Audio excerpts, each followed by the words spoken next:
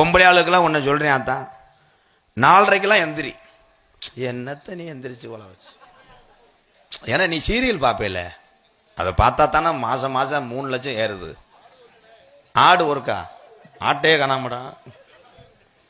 Serial பார்க்கறது உங்களுடைய தனிப்பட்ட விருப்பம், அது பொழுதுபோக்குத்தான் எதுவுமே. ஆனால் கட்டின கணவரையும் உங்கள் பிள்ளைகளை மட்டும் சரியாக பாதுகாக்க வேண்டும். 4:30க்கெல்லாம் எந்திரிக்கும் எங்கள் அப்பத்தான். எந்திரிச்சு கள்ளிச்சேரி கம்மாயில் போய் தவுண்டு அடிக்கும்பா. பாவாடையெல்லாம் முட்டையா தெரியும், தவுண்டு அடிக்கும். கண்டாளி மக திருந்த மாட்டாவன். தவுண்டு அடிக்கும் போது பார்த்தா பாவாடைக்கு நேரம் ஒரு ஆள் முங்கி எந்திரிச்சு போவேன். எங்கள் ஐயா கட்லா மீன் பிடிக்கிற மாதிரி அப்படி போயிட்டு அதில் தவுண்டி அடிச்சு எங்கள் அப்பத்தா 1/2 கிலோ மஞ்சள் பூசும். மானாமர சந்தையில் மட்டும் எங்கள் ஐயா மஞ்சள் கிழங்கு மட்டும் 12 கிலோ வாங்குவார். அரைச்சு பூசி எங்கள் ஐயா அப்படியே கிடையில படுத்து கிடப்பாரு. எங்கள் அப்பத்தா போய் காலை தொட்டு கும்பிடும். உழைச்சு உழைச்சு இப்படி படுத்து கிடக்குறியே, என்னைய சினையாக்க பிறந்தவனே, என்னைய துணையாக்க பிறந்தவனே அப்படி. இப்ப நமக்கெல்லாம் அந்த உணர்வு வர்றது படம் செல்லுல. அப்ப பூராமே ஆடுத வருது மாடுத வருது பார்த்தா அதே வணங்கில பிட்டு படம். அதை பார்த்துட்டு இங்கிட்டு தவிர அப்ப அந்த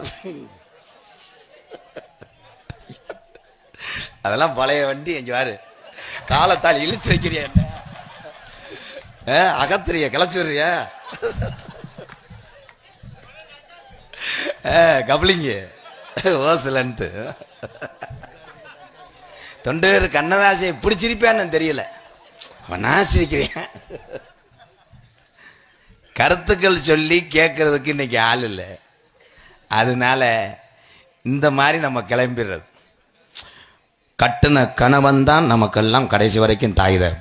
இந்த ஆண்களை சொல்றேன், இன்னைக்கு ஆண்களை பூரா பாரு, எந்த மூஞ்சிலையாவது செழிப்பு தெரியுதா?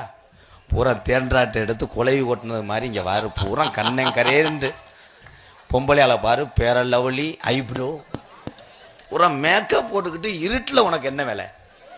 இருட்டுக்கு எதுக்கு பேரலவலி? மசுரை சைட் பண்றதுக்கு 7000 ரூபா வாங்கிட்டு போற. அது ஆவரம் கொலைய தேய்ச்சா சைட் ஆகிட்டு போயிடுது.